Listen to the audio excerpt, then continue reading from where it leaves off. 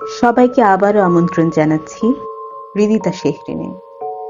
হৃদিতা শেহরিনের এই নিয়মিত গল্প আড্ডায় আজ আপনারা শুনবেন সত্যজিৎ রায়ের একটি রহস্য গল্প, নাম টেলিফোন। শুরু হচ্ছে টেলিফোন।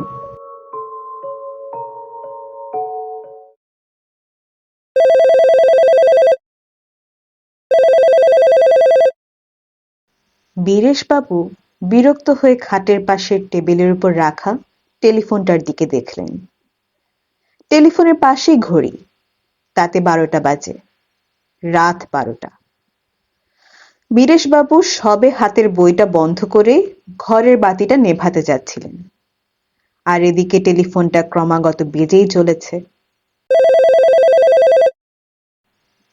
বীরেশবাবু শেষমেশ রিসিভারটা তুলেই নিলেন।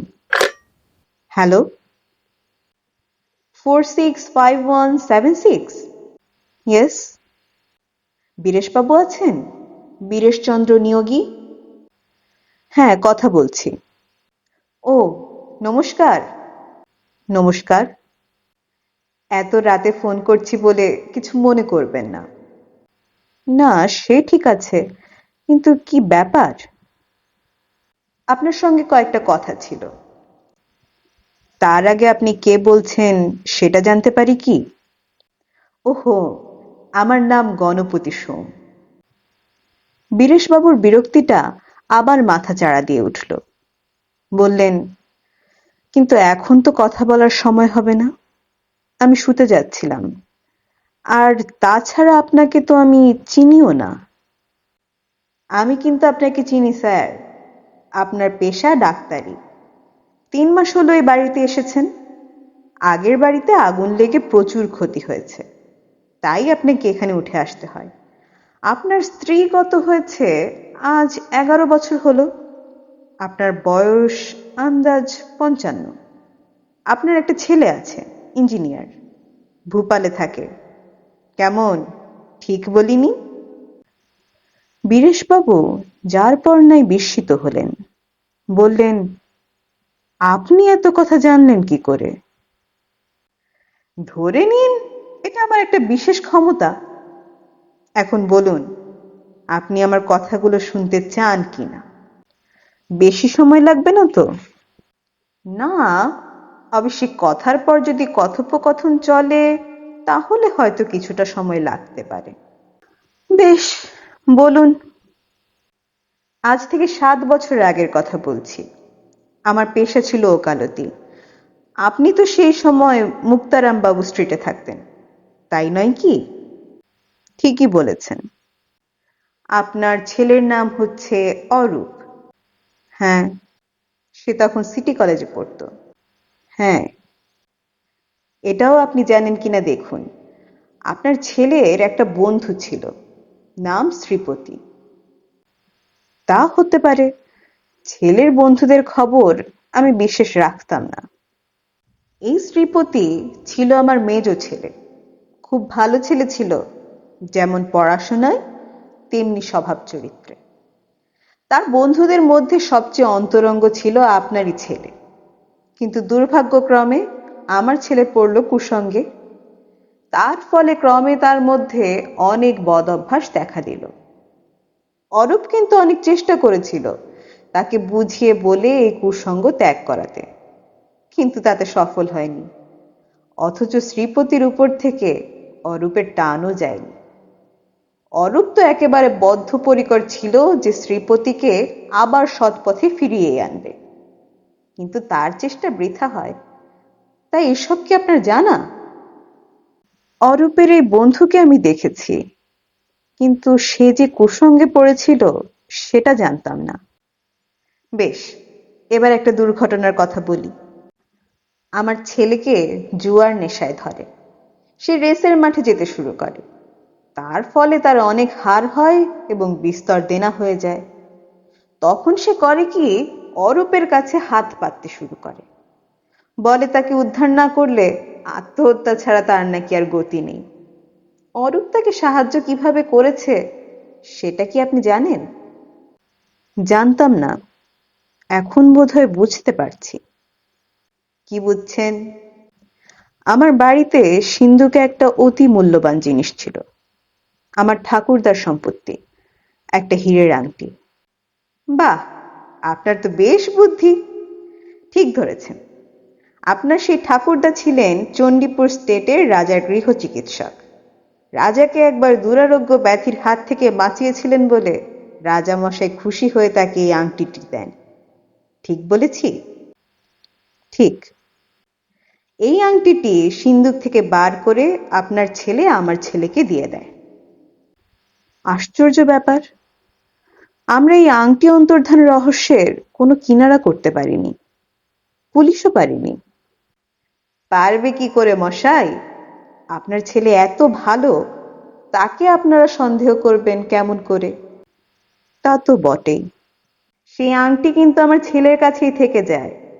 আংটিটা তার এত ভালো লাগে যে সেটা সে হাত ছাড়াই করতে চায়নি। শেষটায় আমি ছেলের অবস্থা জানতে পেরে মহাজনের কাছ থেকে টাকা নিয়ে তার দেনা শোধের ব্যবস্থা করি।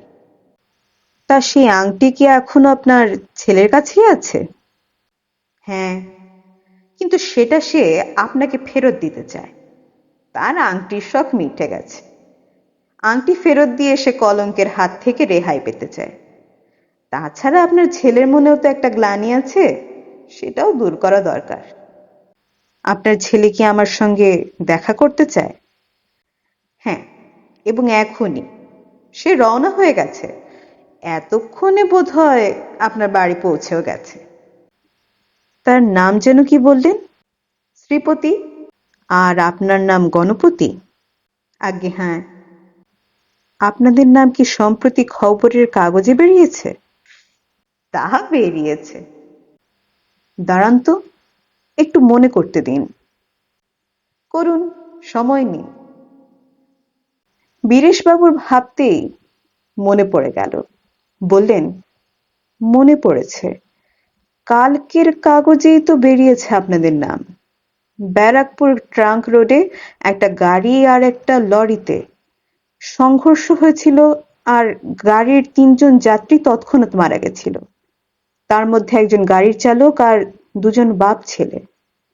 তাদের নাম তো গণপতি সোম আর শ্রীপতি সোম। আপনি ঠিকই বলেছেন, আমি সেই গণপতি সোম। আপনি? তার মানে কি? তার মানে আপনি যা ভাবছেন তাই।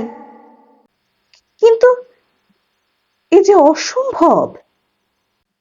সে কি, অসম্ভব কেন হবে? আচ্ছা দেখুন তো, আপনি কোনো শব্দ শুনতে পাচ্ছেন? হ্যাঁ, পাচ্ছি। কিসের শব্দ? কে যেন আমার নিচের দরজায় টোকা মারছে। নিস্তব্ধ রাত্রে বীরেশবাবু স্পষ্ট শুনতে পেলেন সে শব্দ। টক টক, টক টক, টক টক। তারপর টেলিফোনে শুনলেন, দরজাটা খুলে দিন, আমার ছেলে অপেক্ষা করছে। না না না না, আমি কিছুতেই দরজা খুলব না। বীরেশবাবু বুঝলেন তার গলা শুকিয়ে আসছে, তার ডান হাতে ধরা রিসিভারটা কাঁপছে। আবারও শুনলেন টেলিফোনের কথা। তা দরজা না খুললেও সে ঢুকতে পারবে, সে ক্ষমতা এখন তার আছে। আচ্ছা এবার শুনুন তো, আর কোনো আওয়াজ পাচ্ছেন কিনা? সিঁড়ি দিয়ে তখন উঠে আসছে পায়ের শব্দ। আপনি কোনো চিন্তা করবেন না বীরেশবাবু, সে আপনাকে মোটেও বিরক্ত করবে না। শুধু আপনার পাশের ঘরে গিয়ে টেবিলের উপর রেখে আসবে আংটিটা। চরম আতঙ্কে বীরেশবাবু বললেন, না, আপনি আপনার ছেলেকে এক্ষুনি ডেকে নিন, ডেকে নিন বলছি, আমার আংটির দরকার নেই।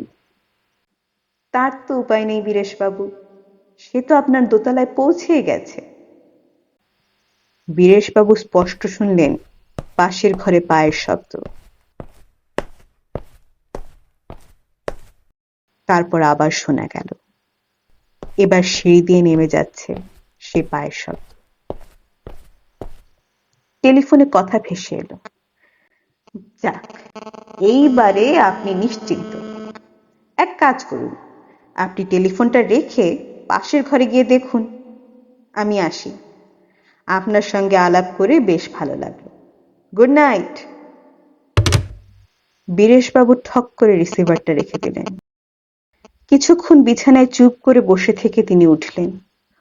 অতি সন্তর্পণে এগিয়ে গিয়ে পাশের ঘরের ভেজানো দরজাটা খুলে ঘরে ঢুকে বাতিটা জ্বালালেন। হ্যাঁ, সত্যি ওটা পড়ে আছে টেবিলের ওপর। এই অল্প আলোতেও ঝলমল করছে তার দুটি 7 বছর পরে ফিরে পাওয়া তার ঠাকুরদাদার সেই হীরের আংটি।